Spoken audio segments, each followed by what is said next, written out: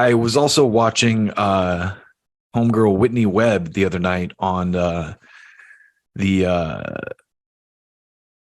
what is it, the PBD podcast, I think, Valuetainment guy. And I thought her take was one of the best I've heard so far. So let's listen to that real quick, because Whitney has some very intelligent things to say here.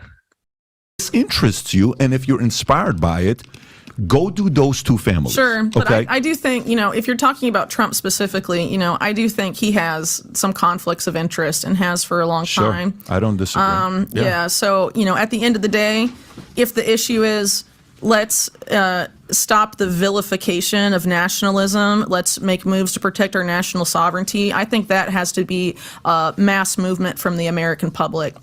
Because, I see what you're saying, but at the same time, I think so many people in the United States, whether it's been instilled in them through education or culture or whatever, seem to think that as long as we get the right guy in the White House, everything's going to magically fix itself in this country. And I do not think that is possible. Believe what you want to believe about Trump. He came in and 2016 with great intentions and all of that. If you want to believe that, I don't necessarily believe that, but if you do, he wasn't able to do that. Why? One guy can't fix it. Robert F. Kennedy Jr. running right now, he's obviously very different than a lot of these guys. Do you think if he got in, he could fix it all? I think the problem is so big at this point, and that so many of these institutions we've been naming off, it's the most powerful institutions in the U.S. government. They said before, like with Nixon and Watergate, oh, it's just, some rotten apples in the barrel, but keep the barrel.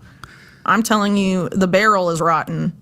And the only way we can fix that in this country is that people have to realize that, and people have to start taking responsibility for their own lives. But what does that mean, though? Because, that's a good motivational speech, but what does that mean? Here's what it means. What do you need to be self-sufficient as a community, as an individual, as a family? Not relying on the government. But also multinational corporations.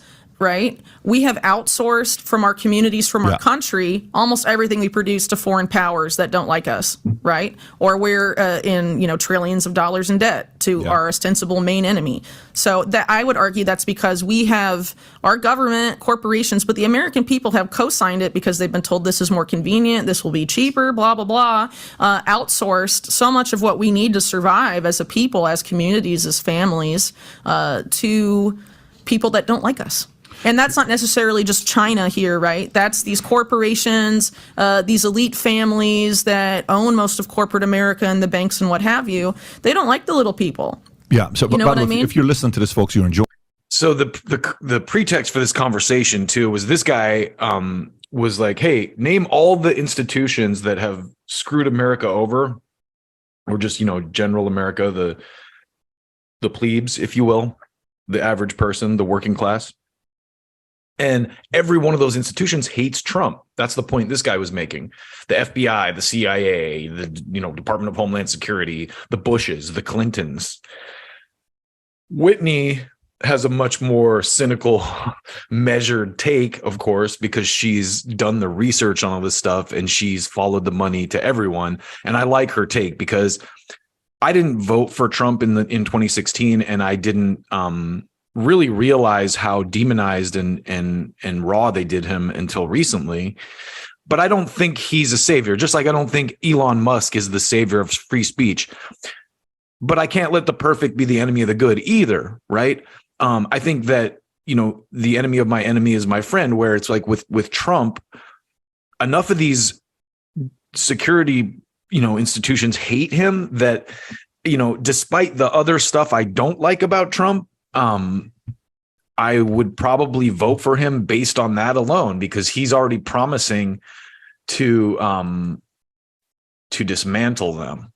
So I'm going to have to take a break for a minute. I'm going to come back in a few, but I wanted to toot my own horn a little bit, because the last song that I put out, had a sample of Whitney Webb, and I'm not going to play the whole song or anything, but I did want to share that with you because Whitney is massive. She's one of the One of the journalists out there, like Matt Taibbi or a Glenn Greenwald, who's actually doing some real work. So gave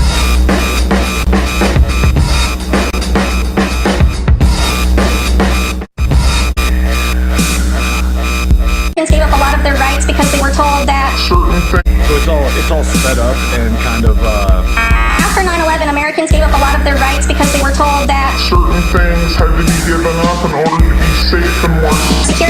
Now we're being told that we have to give up and totally change Our way of life. in a lot of ways to be safe from, the coronavirus. But A lot of these changes they're saying now will remain permanent and Will never go away, and I think there are a lot of concerns there that people should think really critically about. So that's a sample based. I put that together based on a conversation she had with Jimmy Dore at the outset of COVID, just about being skeptical of what's going on with the COVID thing. So anyway, thanks for listening, and take care of yourselves out there.